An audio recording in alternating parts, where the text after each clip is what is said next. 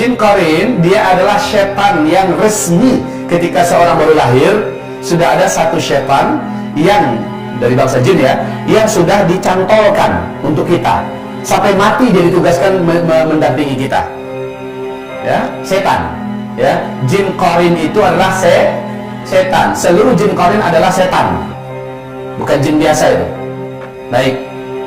Bapak Ibu, sejak kita lahir sudah ada satu jin qarin, dia adalah setan. Sampai mati. Berarti seluk-beluk saya, seluk-beluk ibu, seluk-beluk bapak, dari A sampai Z dia tahu nggak? Rahasia-rahasia saya dia tahu nggak? Tahu. Saya pernah di Kalibata. Ada satu tempat yang seluruh orang meyakini ini kan rumah induk. Di belakang itu ada kolam. Di sebelah kolam itu ada semacam rumah tamu yang nggak pernah dihuni. Dan banyak foto-foto besarnya. Di sebelah kolam renang itu kuburan.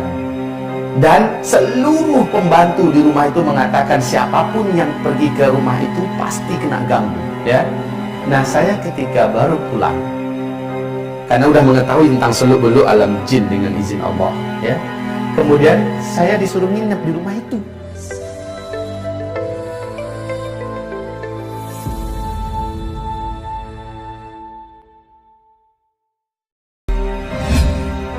Jin qarin dia adalah setan yang resmi. Ketika seorang baru lahir, sudah ada satu setan yang dari bangsa jin ya, yang sudah dicantolkan untuk kita. Sampai mati dia ditugaskan mendampingi kita. Jin qarin itu adalah setan. Seluruh jin qarin adalah setan. Bukan jin biasa itu. Bahkan setanku sendiri, kata Rasulullah, karena rahmat dari Allah dia telah masuk Islam.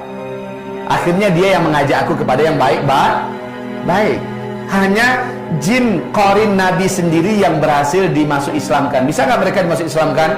Bisa. Tapi siapa yang bisa? Orang kayak Nabi Muhammad SAW. Sungguh kalau kita tidak ikhlas dalam hidup ini, kalau kita tidak pandai bersyukur dan tidak menambah ilmu, maka kita akan senantiasa menjadi korban syaitan. Ad-dunya bahrun amiq wa qad gharaqa fihi nasun katsir. Nah, jin qarin ini apabila kita sudah meninggal dunia, di mana posisi jin qarin? Sebelah kiri. Dia di sebelah kiri kita. Malaikat Raqib dan Atid ada di sebelah kanan kita. Jin qarin ini di ruqyah pun dia tidak akan lari. Dia tidak akan lari, ya. Setan ini tidak akan lari. Yang bisa tersiksa, yang bisa teraniaya dengan ruqyah itu adalah setan-setan di luar qarin. Nah, bulan Ramadan jin qarin inilah yang dipenjara. Bulan Ramadan. Ustaz, tapi masih banyak yang tergoda bulan Ramadan. Itu nafsunya itu. Dan ternyata nafsu lebih kuat daripada syaitan untuk menyesatkan kita. Buka surat Ibrahim ayat 22. Lihat di situ, di mana syaitan pada hari kiamat membela diri. Kalian jangan asik nyalahin kami dong. Salahin nafsu kalian sendiri. Jadi bulan Ramadan setan-setan itu wasuffidatis syayatin, dan dipenjarakan, diikat, dibelenggu seluruh setan-setan, termasuk setan qarin, dibelenggu. Tetapi nafsu kita saatnya kita yang mengalahkannya. Kita udah ditolong oleh Allah. Selama bulan Ramadan setan yang selama ini menggoda kita udah diikat. Lalu kita tinggal menundukkan nafsu kita sendiri dengan cara ikutilah Ramadan dengan benar, dengan cara Rasulullah SAW menjalani Ramadan. Nafsunya yang kita kendalikan. Soalnya setan selalu numpangi nafsu kita. Yang menjadi penasehat utama nafsu itu adalah setan qarin ini, jin qarin ini. Baik, Bapak Ibu, sejak kita lahir sudah ada satu jin qarin, dia adalah setan. Sampai mati. Berarti seluk-beluk saya, seluk-beluk ibu, seluk-beluk bapak, dari A sampai Z dia tahu nggak? Rahasia-rahasia saya dia tahu nggak? Tahu. Saat saya meninggal, anak keturunan saya tidak terbekalkan ilmu yang benar. Dia akan punya misi menyesatkan anak cucu saya. Caranya, dia tampil, muncul kepada wujud seolah saya kembali hidup. Ini jin qarin yang punya kerja loh ini. Nah, lama-kelamaan kita sudah diajaknya pada syirik nggak tuh? Minta tolong kepada selain Allah, itu yang dia mau. Oh, dia motivasi, tapi diarahkannya kita kepada satu syirik. Satu syirik ini sudah cukup untuk membatalkan seluruh amal kita dan bisa mengekalkan kita di neraka. Makanya jangan tinggalkan anak dalam keadaan bodoh tentang agama. Jangan tinggalkan anak nggak ngerti tentang agama. Nah, kaum muslimin yang kami muliakan, ini adalah jin qarin. Jadi yang nipu orang yang wujudnya udah mati, oh siang gantung diri itu sering nampakkan diri, yang nampakkan itu qarinnya. Orang-orang beriman nggak akan mudah ditipu begitu. Mereka bisa tasyakkul, yaitu berpindah dari dimensi alam mereka kepada dimensi alam kita, dan itu bagi mereka sangat berat dan sangat menyakitkan. Bukan enak pindah ke dimensi alam itu, bukan enak, menyakitkan bagi mereka. Yang sanggup melakukan itu adalah yang umurnya sudah lanjut, kekuatannya sudah berlebih. Nah, yang seperti itu baru sanggup dia berpindah dan melihatkan diri. Itu pun cuma sebentar. Coba saya tanya sama saudara saya, namamu siapa? Ricky. Seandainya Bruce Lee masih hidup, Ricky sanggup ngelawan Bruce Lee? Jackie Chan? Mereka jagoan-jagoan di daratan kan? Memang mereka jagoan. Coba sekarang masukkan mereka ke bukan alam mereka, ceburkan mereka ke laut. Berapa lama mereka sanggup bertahan di laut? Lama atau sebentar? Sebentar. Gerakan mereka menjadi lamban karena itu bukan alam mereka. Suruh adu mereka dengan ikan hiu aja dah. Coba diadu Jackie Chan, Bruce Lee lawan ikan hiu di laut, siapa yang menang? Pastikan. Kenapa? Bukan alamnya. Ini rahasia besar loh. Ibu, perlu ibu ketahui ini rahasia. Sekarang ibu lawan ikan hiu sanggup nggak? Kalau ikan hiunya dikeluarkan dari alamnya masuk ke alam ibu di dapur, sanggup. Kenapa? Ini bukan alamnya ikan hiu, ini alamnya kita.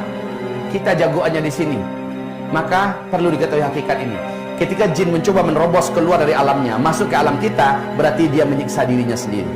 Ini alam yang sangat lamban bagi jin. Jin itu makhluk yang sangat gesit, agresif dan cepat. Ya, di alamnya. Dari sini ke Padang atau di sini ke Solo atau ke Mekah, mereka hanya perlu beberapa detik.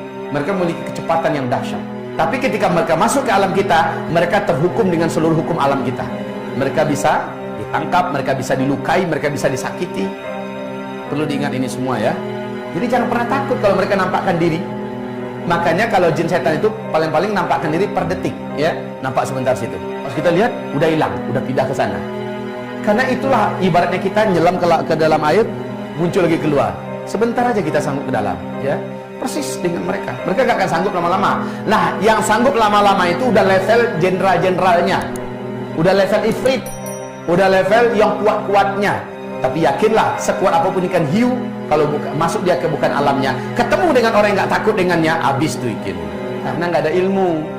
Berikut ini bukan refleks lagi. Refleksnya malah beda, ilmu yang tampil. Saya pernah di Kalibata.